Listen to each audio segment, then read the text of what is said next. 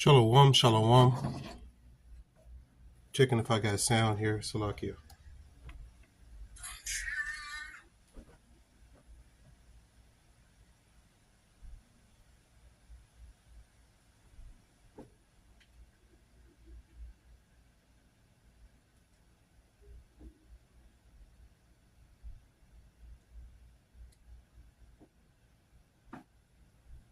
Shalom, shalom.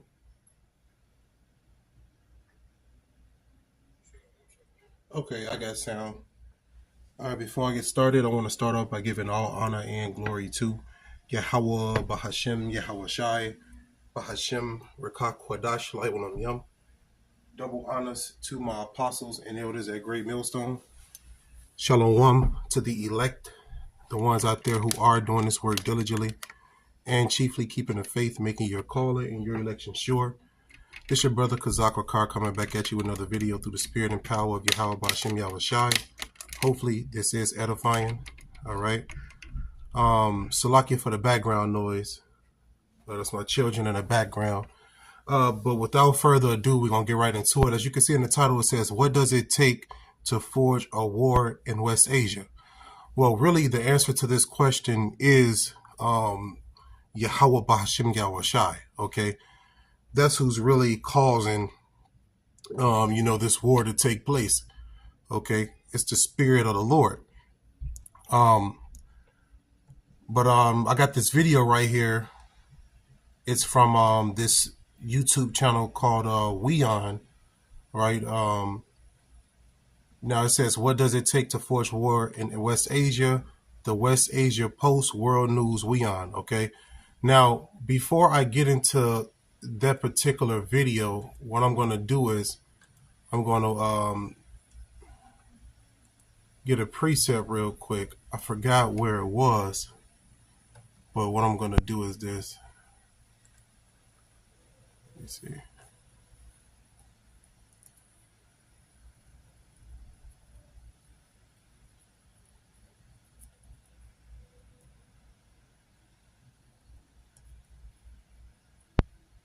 That's what I'm looking for right there. Zephaniah 3 and 8. There it is. 3 and verse 8. And this is going to be the precept I'm going to start with here. Okay, because this is proven that the Lord is the one who is causing these nations to gather together. So right now in the beginning of the video, I'm giving you the answer. Okay, but we're going to actually go into that video on the Weon channel to get more edification on this too as well. So this is Zephaniah 3 and 8.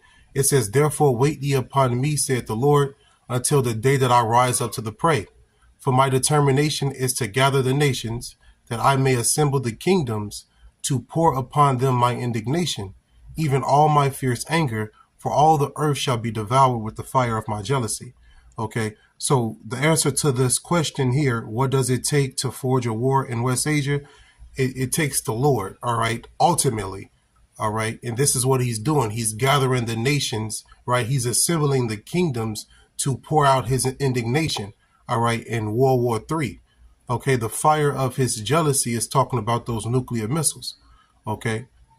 All right, now a precept that can back this up too as well as Isaiah chapter 34. I'm not going to get it for the sake of time. Let's go to this video here. For the past year, the bloodbath in West Asia has been going on, but now at a time when the Iranians and the Israelis have locked horns, the United Nations has warned the world of a bloodbath in the history of West Asia. In the following report, we decode how much blood has been shed here. Take a look.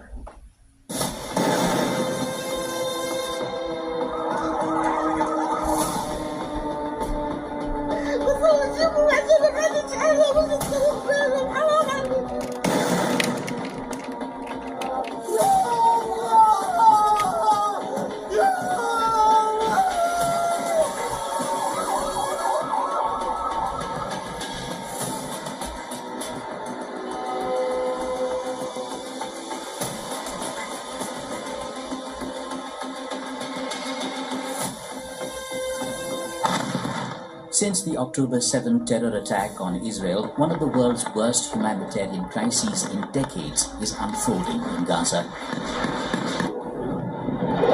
A United Nations report says the ongoing war has reduced Gaza's economy to less than 1/6 its size in 2022.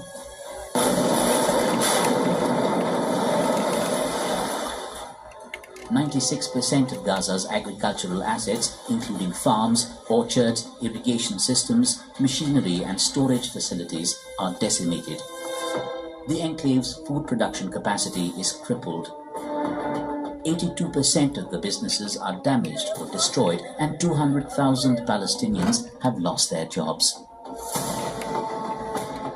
Gaza's Ministry of Health says Israeli attacks have killed over 41,000 Palestinians. Thousands are either buried under rubble or threatened by illness.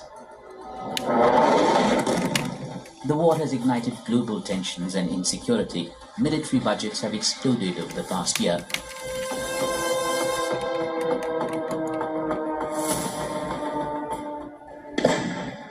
The Stockholm International Peace Research Institute says military spending in West Asia shot up 9% last year. Israel's military spending, the second largest in the region after Saudi Arabia, grew 24% to reach $27.5 billion in 2023. Thousands of Israeli reservists have been called up, uprooting them from their jobs and their families. Israeli society is divided on the government's war strategy. Many want the focus to be on the hostages held in Gaza rather than the defeat of Hamas. S&P has revised Israel's fiscal deficit projections, expecting it to reach 9% GDP in 2024 before gradually decreasing to 6% in 2025. The conflict has led to a broader economic slowdown, affecting key sectors like tourism, construction, and agriculture. While Israel's high-tech exports provide some resilience, overall growth forecasts for 2025 are down to 2.2% from 5%. S&P has highlighted that while Israel's balance of payments is restricted, the conflict poses long-term risks. Israel's reserves reached $217 billion as of August 2024, providing a buffer against external shocks. However, if military tensions escalate, particularly with Iran, the outlook for Israel's economy could worsen.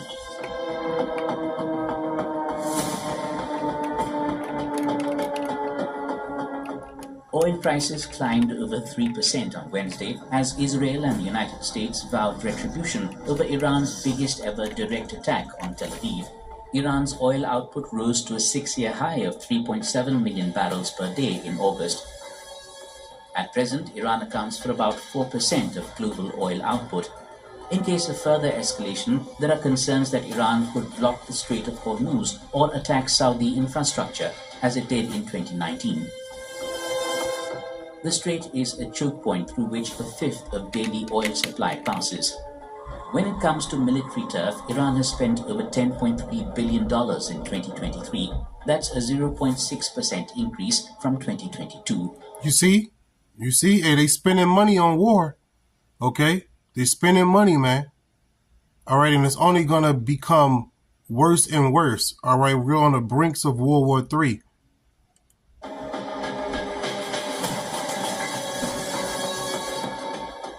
Tehran says it does not want war, but will respond to Israeli aggression if the need arises.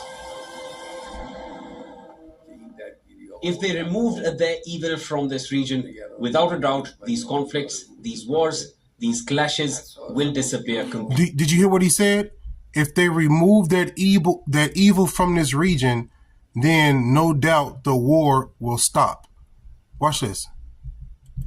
These wars, their evil from this region arises.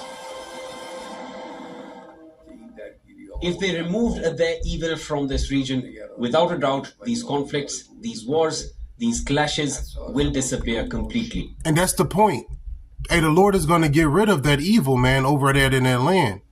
You know, over there in that land of Israel, those are not the real chosen people of God, man. Okay? The countries of the region can manage themselves, manage their region, live together in peace, health, and well-being.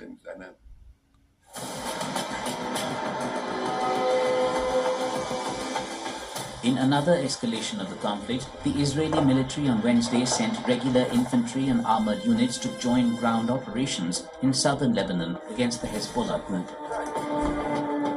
Lebanese authorities say the recent exchange of fire has killed Lebanon. On Wednesday.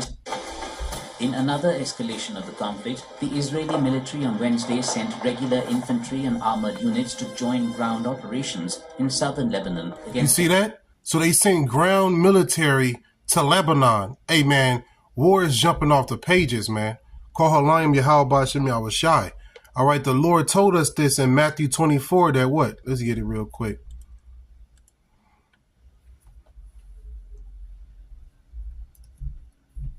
Matthew 24 and verse 6, it says, "And ye shall hear of wars and rumors of wars. See that ye be not troubled, for all these things must come to pass, but the end is not yet." So now we're seeing these wars taking place.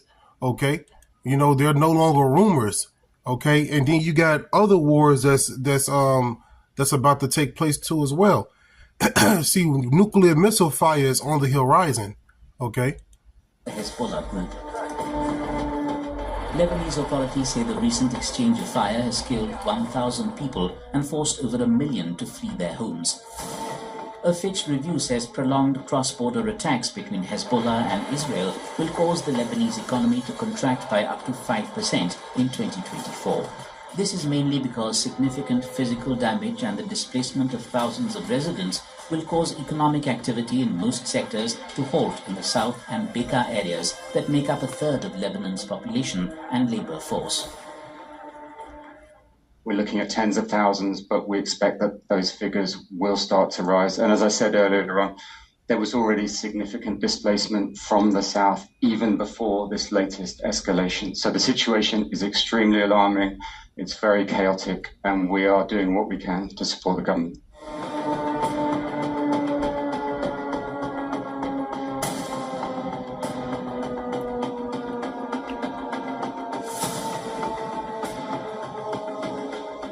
The Israeli military carried out air attacks on Yemen last month. The IDF reportedly used dozens of military aircraft, including fighter jets and refueling planes, to attack seaports and power plants used to import oil for military use by the Houthis. The strategic port of Hodeidah, where most of the beleaguered country's imports come in, was hit, as were the Ras Khatib, Al-Hali and Corniche power stations, and the main oil terminal at Ras Isa near the port of Al-Salif. Hey, that's what Russia did when they first attacked Ukraine. They targeted the the supplies, the power supply, right? And that's a strategic hit, okay? And all these nations follow that guideline, right? They're gonna try to take out the power first. Hey, these types of attacks are coming to America soon, man. Okay. Millions are affected after the power stations that feed multiple governorates were damaged.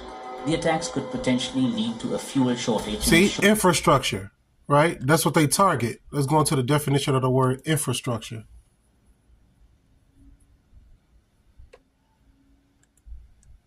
This is what Slakia. This is what military powers attack. Okay, they attack infrastructure, right? Infrastructure is defined as the basic physical systems of business, region, or nation, and often involves the production of public goods or production processes.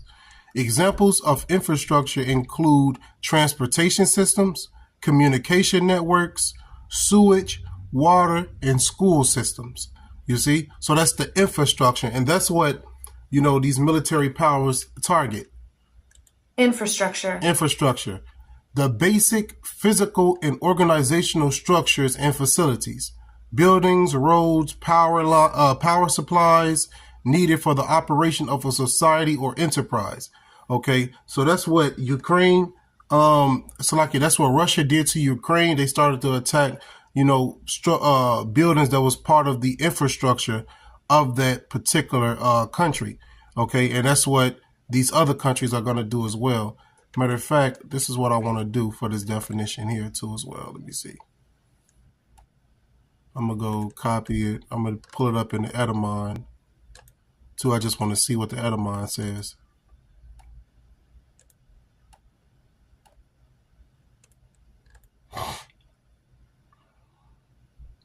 Watch. That's why you got to go into the definition of words. All right.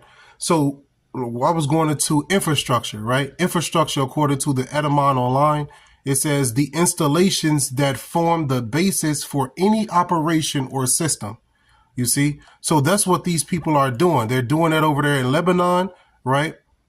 That's what Israel did to Yemen, right? Israel targeted Yemen's infrastructure. So Israel targeted what? They targeted, you know, their buildings that's needed for operation, you know, for their system. So, for example, schools, like it brought out here, schools, right? Power supplies, water, sewage, right? These are the things that are being targeted. Okay. Now, let me go over here real quick. Back to Weon, because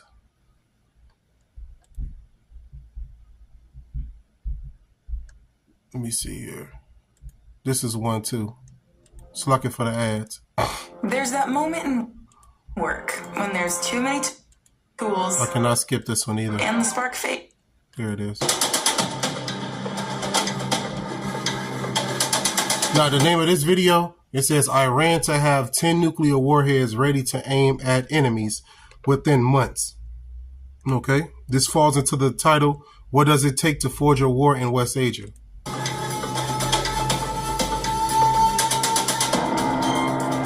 These particular nuclear missiles are going to be aimed at infrastructure, right?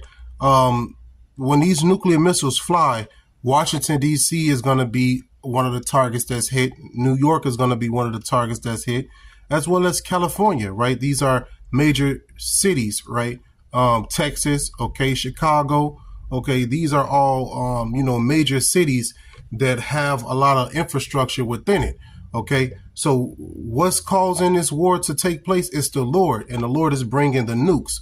For example, let me get this over in Isaiah. The precept just came to mind. Isaiah chapter 54 real quick. Isaiah 54:16.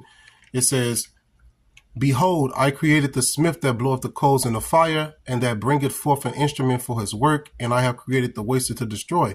So this goes into what? The nuclear missiles, right? The modern day smith is a scientist, okay, all right, and bringing forth an instrument for his work goes into those nuclear missiles, man. All right, so the Lord created these scientists, right, beginning with Robert Oppenheimer, to create the bomb, all right, and from there, from that creation, it explained and brought forth the downfall of Esau Edom, whether they know it or not.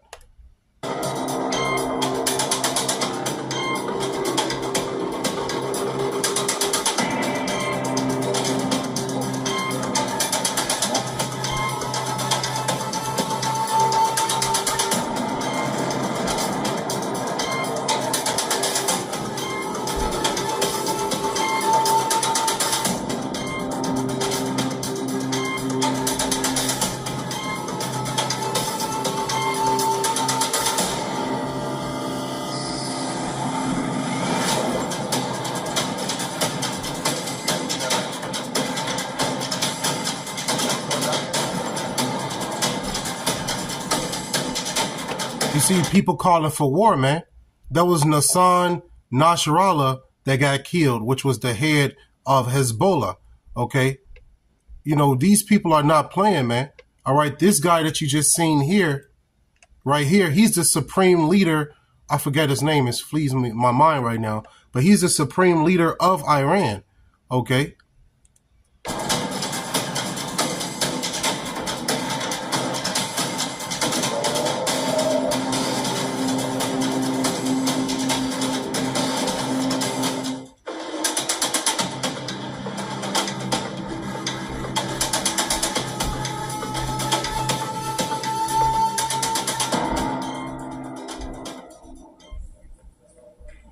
How much worse can the Iran-Israel tensions really get?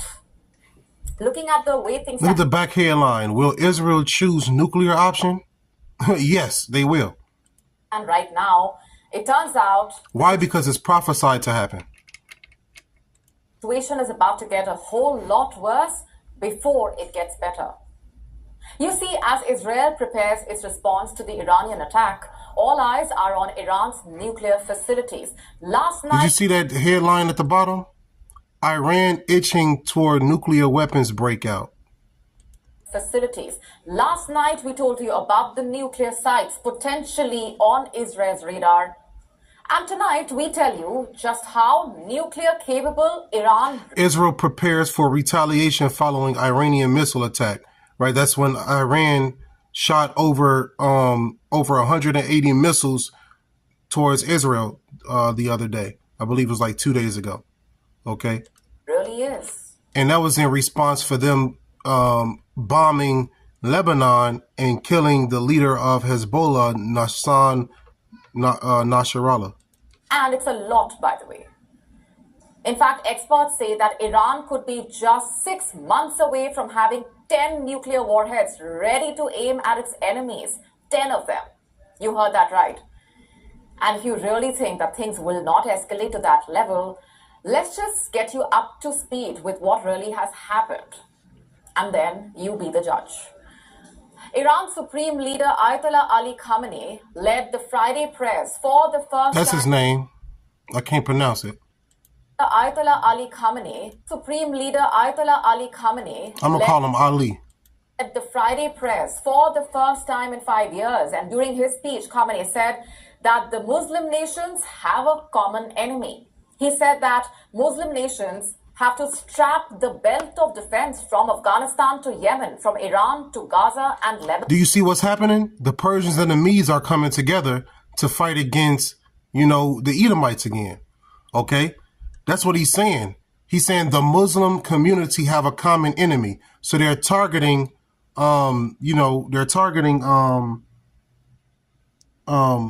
Israel. All right? Lebanon, addressing worshippers in Tehran with a rifle by his side, Khamenei said that the region will be at peace if the US, Europeans leave. Listen in. He said the region will be at peace if the Europeans leave. They're not going to leave. All right. They're fighting, for territory. And eventually that conflict is going to result into World War III, like the prophets have been saying. Okay. Yeah, we sound like a broken record, but these things are taking place right now as we speak. Okay. In our region, the root cause of problems that causing all these wars, conflicts, hostilities and anxiety is the presence of those that claim they are after peace and calm in the region, namely America and some European countries. You see that, right? America and the European countries. Okay. They over there claiming that they want peace, but they don't want peace. They've been over there causing war and upset for the longest, man. Okay. For the longest. All right. They don't want peace at all. If they rid the region of their presence, no doubt these conflicts, war and clashes will completely go away. In fact, Khamenei also defended Hamas and Hezbollah's actions, promised that Iran's allies will not back down, and most importantly, said that Israel will not last long. A bit ominous, isn't it? And what does he mean? Shalom, shalom to everybody who's watching. Know that the next move will be from Israel. It will be an attack. The question is when, where, and just how bad will it be? Will it rise to nuclear proportions? There is a reason why we are asking that question. Former Israeli Prime Minister Ehud Barak has said that Israel may launch a symbolic attack on Iran's nuclear-related facilities. Not just Barak, a lot of commentators, in fact, agree that Israel could respond by striking Iran's nuclear sites. It could justify the bombing campaign by saying that it was trying to set Iran's nuclear program back. Salakia for the ads.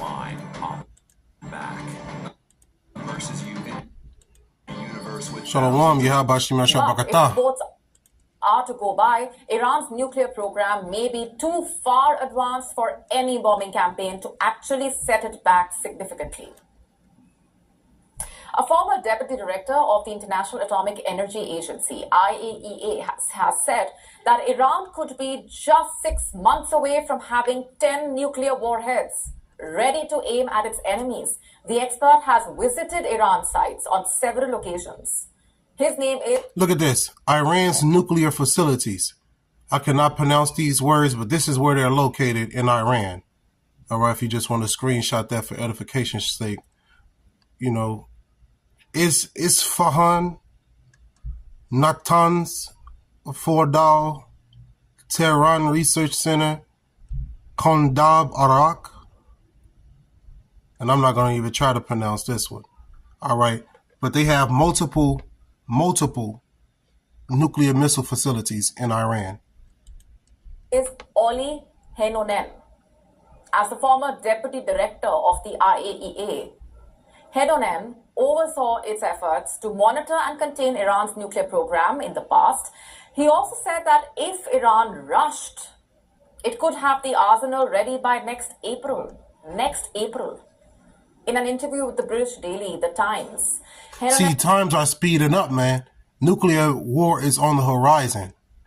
And said, and I'm quoting here, "You cannot wipe out a country with those missiles, but you can threaten it and be in a much stronger position in negotiations." Now, officially, Iran says that its nuclear program is purely for civilian purposes, but Israel and the West have long said that Iran is developing a nuclear weapon. In fact, in August, the IAEA said that Iran had increased its stockpile of uranium enriched to 60% to almost 165 kg. That is 20 kg more than the UN's nuclear watchdog reported 3 months ago in the month of May, by the way. Some 90% enrichment is required to make a nuclear bomb. Israel's Prime Minister Benjamin Netanyahu has warned that Iran could achieve that in a few months if it wished to. What's more, the missiles fired by Iran at Israel on Tuesday night can be reportedly used for delivery of nuclear weapons. It's just a matter of putting it in the payload, designing it in a way that it actually survives the flight. But just because Iran can make a nuclear weapon, does it mean that it will? It's hard to say. Even though the Iranian supreme leader has defended Hamas and Hezbollah, Iran has stated that it does not want a war. But Iran has also vowed to take action if Israel takes any action. Could Iran then be using its nuclear weapons as a bargaining chip and a threat? It is quite possible. Will Israel, anticipating Iran's next move, go after Iran's nuclear facilities first? That also is quite possible. On Wednesday, US President Joe Biden said that he does not support an Israeli attack on Iran's nuclear sites. But then again, does he really have any sway over Netanyahu anymore? You see, it has increasingly become evident that Biden has little influence over what Netanyahu does. The US has already failed to persuade its ally, to which it gives billions of dollars for its defenses, not to go into Rafah in Gaza, not to invade Lebanon. All warnings that Netanyahu has consistently ignored. The ball is in Israel's court. As for Iran, its centrifuge centers are buried way below mountainous regions, protected by troops and air defense missiles. Hitting these nuclear facilities, which enrich uranium, would not only devastate Iran, it could, in fact, engulf the entire world. Exactly. Because once one country press a button, they all gonna press buttons in response, man. All right, these people, their fingers are itching, okay, and they ready to release these nukes. You can see how they all boasting about nuclear power capabilities, okay. This is all what's gonna muster in that battle, all right, over in Isaiah chapter 34. It lets you know. Let me get it. I said I wasn't gonna get it, but I'm gonna get it real quick, and then I'm gonna end up wrapping it up. But this is what it takes to forge that war over in West Asia, okay? Really, I started off with Zephaniah chapter 3. The Lord is gathering these nations, right? This is Isaiah 34:1. Yeah, I know we sound like a broken record, like I said before, but these things are coming to fruition. This is Isaiah 34:1. Come near, ye nations, to hear, and hearken, ye people. Let the earth hear, and that Salaki, and all that is there in the world, and all things that come forth of it. Verse 2, this links up with what? Zephaniah 3:8. Verse 2, it says, for the indignation of the Lord is upon all nations, and his fury upon all their armies. He have utterly destroyed them, speaking in the past tense. He have delivered them to the slaughter. So this is letting you know that what? That we're on our way to this point, okay? But really, in prophecy, in truth, right, in the spirit, this is already done, okay? This is future prophecy. That's how you know it's future prophecy, because it's speaking in the past tense like it's already done, okay? Verse 3, it says, their slain also shall be cast out, and their stink shall come up out of their carcasses, and the mountains shall be melted with their blood. There's going to be a lot of death, right? To the point where, you know, it's going to be a lot of stink. All right, the stink shall stop your noses, like it says in Ezekiel chapter 39. This is Isaiah 34:4. And all the hosts of heaven shall be dissolved, and the heavens shall be rolled together as a scroll, and their hosts shall fall down as the leaf falleth from the vine, and as a falling fig from a fig tree. Okay, just like those figs fall off of that tree, those nukes are going to fall just like those fruit, the fig fruit. This is Isaiah 34:5. For my sword shall be bathed in heaven, goes into the nukes. Behold, it shall come down upon Idumea. Idumea is the Greek way to say Esau, Edom. And it says, and upon the people of my cursed judgment. So all those who are against the Lord, all right, will feel that fire. Okay. Now, I believe the point was made. You've seen what it takes to cause a nuclear missile fire, a nuclear missile war to happen, Salakia. You know, what you need are nuclear missiles. Iran is proclaiming that they got them. Other countries have them too as well. Matter of fact, before I get off, let me see this. Let me see what I want to do.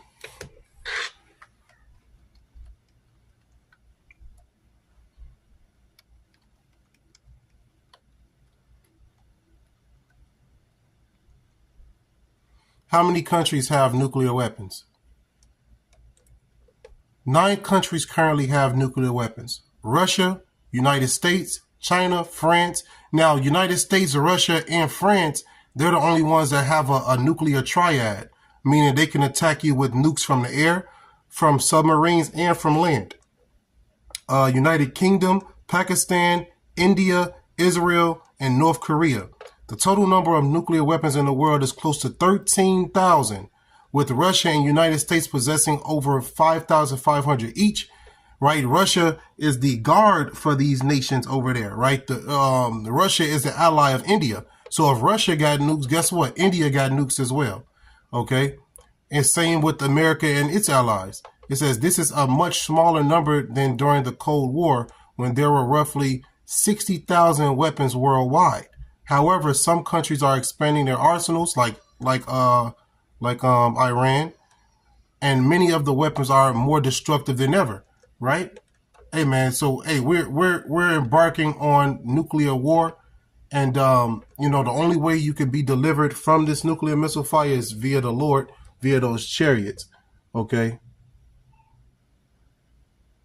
Khan, brother. A precept from GMS in his likeness. It says, the Lord have raised up the spirit of the kings of the Medes, right? For his device is against Babylon to destroy it, because it is the vengeance of the Lord, the vengeance of his temple. Now, the Medes in this precept will represent the Russians, okay? And the Russians are coming against Babylon, right? Spiritual Babylon. Just like the Medes are the one who took out past Babylon, right? All right, by a surgical strike. This current Babylonian kingdom will be destroyed by that device that the Lord is talking about in that precept, right? The nuclear missiles. Okay, so hopefully this was edifying. I'm going to end it by giving all honor and glory to Yahweh, Bahashem, Yahweh Shai, Bahashem, Rakak, Chodash, Lai, Walam Yum. Double honors once again to my apostles and elders at Great Millstone. Shalom once again to the elect. Hey, don't let your sins weigh you down. Don't let your iniquities lift up themselves. That's what they want to do. It's our job to repent and keep it moving through the spirit and power of Yahweh Bashem Yahweh Shai. Shalom, Yasharallah.